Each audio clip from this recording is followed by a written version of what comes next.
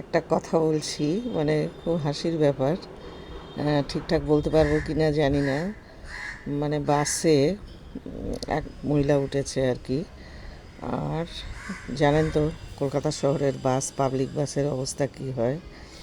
আর এক ভদ্রলোক উঠেছে, সঙ্গে তার গিন্নি আছে। কিন্তু এত ভিড় বাস না, ওই যে যেই একটা সিট খালি হয় আর একজন বসতে থাকে। তো পেছনের সিটে এক ভদ্রমহিলা জানালার পাশে বসেছে এবং সেই পাশ দিয়ে ভদ্রলোকও একটা জায়গা পেয়েছে, সেও বসে পড়েছে। এবং এত গাদাগাদি ঠেসাঠেসি, মানে যেখানে 6টা সিট সেখানে 8জন বসলে কি হয় বুঝতেই পারছেন।